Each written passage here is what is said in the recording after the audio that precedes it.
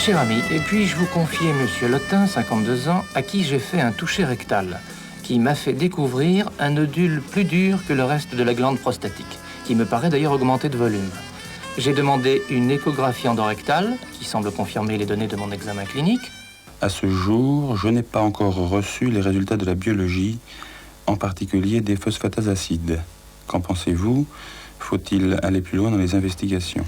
Bien, le docteur Darbois a donc découvert une anomalie dans votre prostate. Oui. Mais vous ne vous plaignez de rien? Non, je vois le docteur Darbois régulièrement pour une question d'hypertension artérielle, mais... C'est ça. Et simplement, vous êtes allé le voir il y a 15 jours pour une visite systématique et il vous a proposé d'examiner votre prostate. Voilà, exactement. Comme on en parle beaucoup en ce moment et que je vais avoir 52 ans, j'ai pensé que c'était judicieux. Et puis, il m'a fait faire des examens aussi que je vous ai amenés. Je vous remercie, on va voir ça tout à l'heure. Oui. Sur le plan urinaire, vous ne vous plaignez de rien? Non. Vous n'avez jamais eu de sang dans les urines? Non. Jamais de sang dans le sperme? Non plus. Vous vous levez la nuit? Non. Non. Vous n'avez pas constaté que ces derniers temps, votre jet mictionnel avait diminué de force un petit peu? Pas du tout, non. Bien. Bien. Vous n'avez pas de problème digestif? Oh non. Non. Ça vous fait pas mal? Oh non. Non. Détendez-vous bien. Ici, là, pas de douleur dans le dos? Non. Non. Bien. Je vais refaire l'examen qu'a fait le docteur Darbois. C'est-à-dire que je vais examiner votre prostate en mettant un doigt dans le rectum. Hein? Alors, je vais vous demander de bien plier vos cuisses sur le bassin, de mettre vos poings fermés sous les fesses, comme cela. Hein? D'accord. Bien. Vous décontractez bien. Vous pouvez pousser un petit peu. La vessie et le rectum ayant été bien vidés, le doigt de l'examinateur pénètre dans le canal anal en demandant éventuellement au patient de pousser pour détendre son sphincter. À 2 ou 5 cm plus profondément, on perçoit immédiatement sur la partie antérieure la saillie prostatique dans l'ampoule rectale.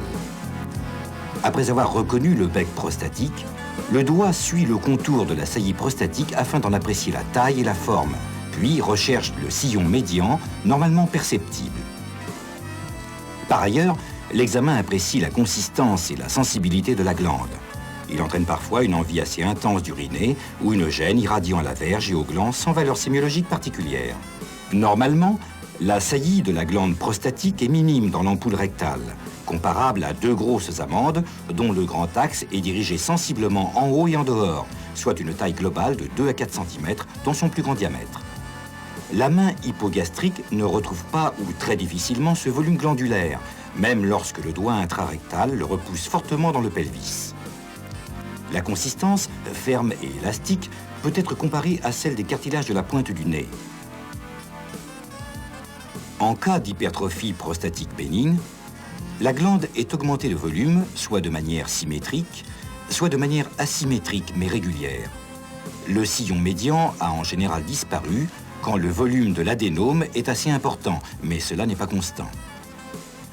La main hypogastrique peut retrouver la saillie du lobe médian développée aux dépens des formations glandulaires situées sous le col de la vessie et qui bombent à l'intérieur de celle-ci. La consistance est plus tendue que la glande normale et on la compare classiquement à celle d'une balle de tennis ou, là encore, à celle des cartilages du nez juste avant leur jonction avec les os propres.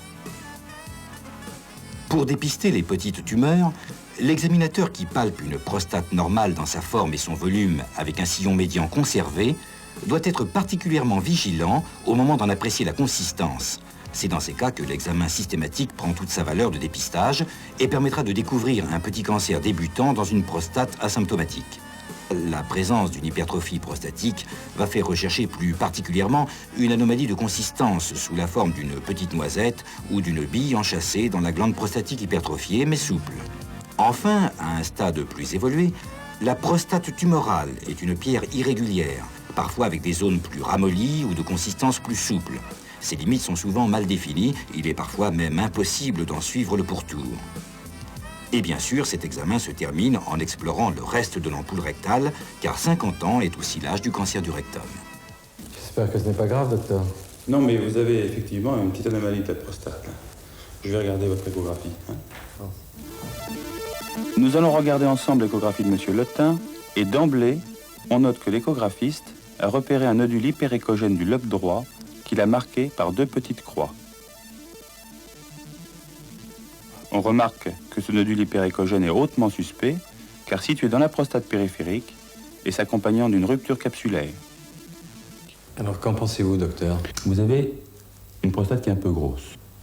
Rien de plus banal à votre âge, elle ne vous gêne pas, elle n'a pas de conséquences pour l'instant, et donc il ne faut rien faire de ce côté-là. Mais dans cette prostate un peu grosse, vous avez une petite zone plus ferme, plus dure, qu'a senti le docteur Darbois, et qui est confirmée par cet examen échographique. Cette petite zone un peu plus dure peut correspondre à deux choses. Soit un petit noyau d'inflammation banale, soit une petite tumeur débutante de la prostate. C'est exactement ce que m'avait dit le docteur Darbois. Voilà. Et si on veut être certain qu'il s'agit simplement d'un petit noyau d'inflammation banale, il faut réaliser une biopsie. Une quoi? Ne vous inquiétez pas, une biopsie, ce n'est pas une opération. Il s'agit simplement, sous anesthésie locale, avec une aiguille très fine, de prélever un petit bout de prostate qui est centré sur la zone anormale et de le faire analyser au microscope. Ça nécessite une demi-journée à la clinique et on fait ça quand vous voulez.